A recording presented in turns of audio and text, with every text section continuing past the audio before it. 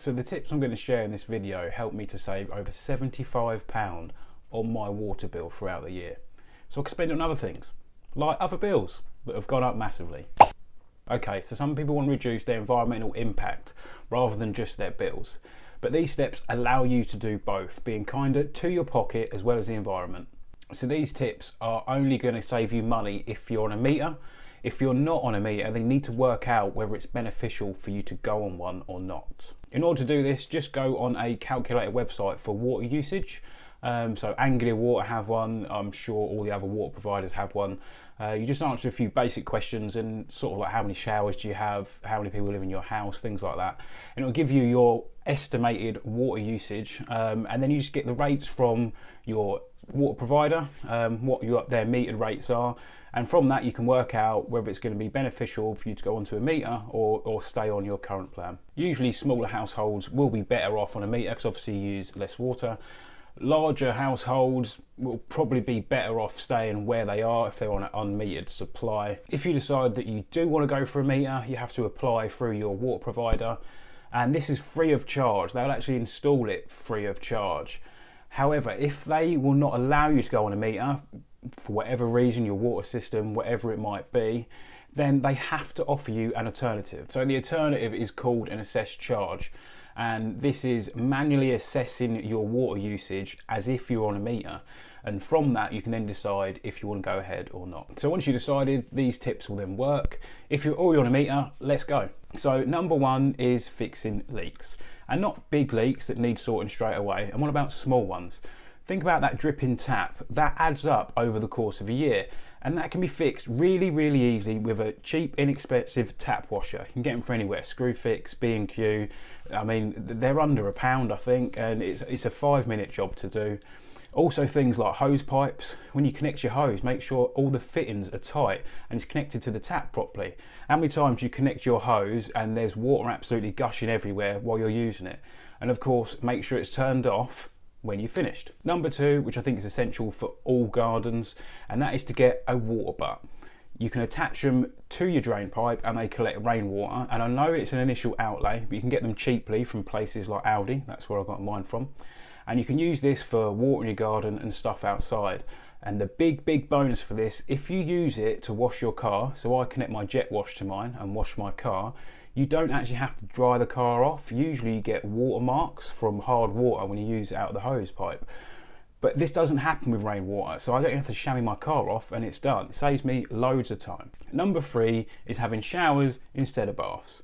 Not long half-hour showers, because you use just as much water that way, but shorter showers can save you so much water over the course of a year.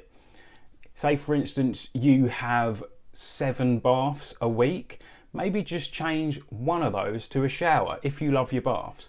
It'll all add up over the course of a year. And if you're going to do this, then it's worth investing a little bit of money in getting a water saving shower head.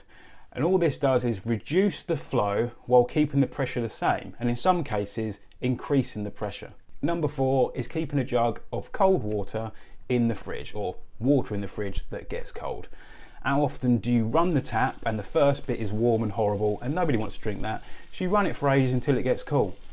Well, just fill up your jug from the first bit that comes out, put it in the fridge. Whenever you want some water, it's lovely and cold. Number five is using dishwashers and washing machines only when they're full. This will equate to less washes over the course of a year. Now, if you can't get away with it and your machine allows it, make sure you are doing a half load or an eco load, or if your machine allows it, put in the kg or the weight of the washing you're putting inside, and these will all save you water. Number six is turning off the tap when we're not using it.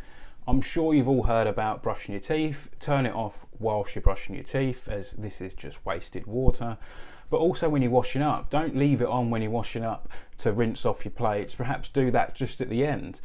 Or use a water bowl. That way you can fill the water bowl up and you only fill that up once and then it's job done. Rinse them off at the end. This will save you lots of water. Number seven, if you can't use it less, use it more efficiently. So instead of opening the tap all the way, just open it a little bit. For things like when you wash your hands or you're washing the end of your toothbrush after you just used it, even going back to the washing dishes, when you're rinsing off the dishes, you'll be surprised at how it doesn't really make a difference and you're still able to do what you want to do with less flow. Number 8, flushing the toilet. And no, I don't mean leave your number 2 in there for the next person to find, but if you think about toilet systems, that is fresh, clean drinking water just flushed down the toilet. Old systems are a lot worse, they were a lot bigger. Newer systems are more efficient, but improvements can be made.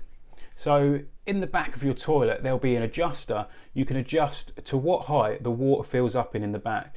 If you're confident enough, these can easily be adjusted. You'll find videos right here on YouTube on how to do it.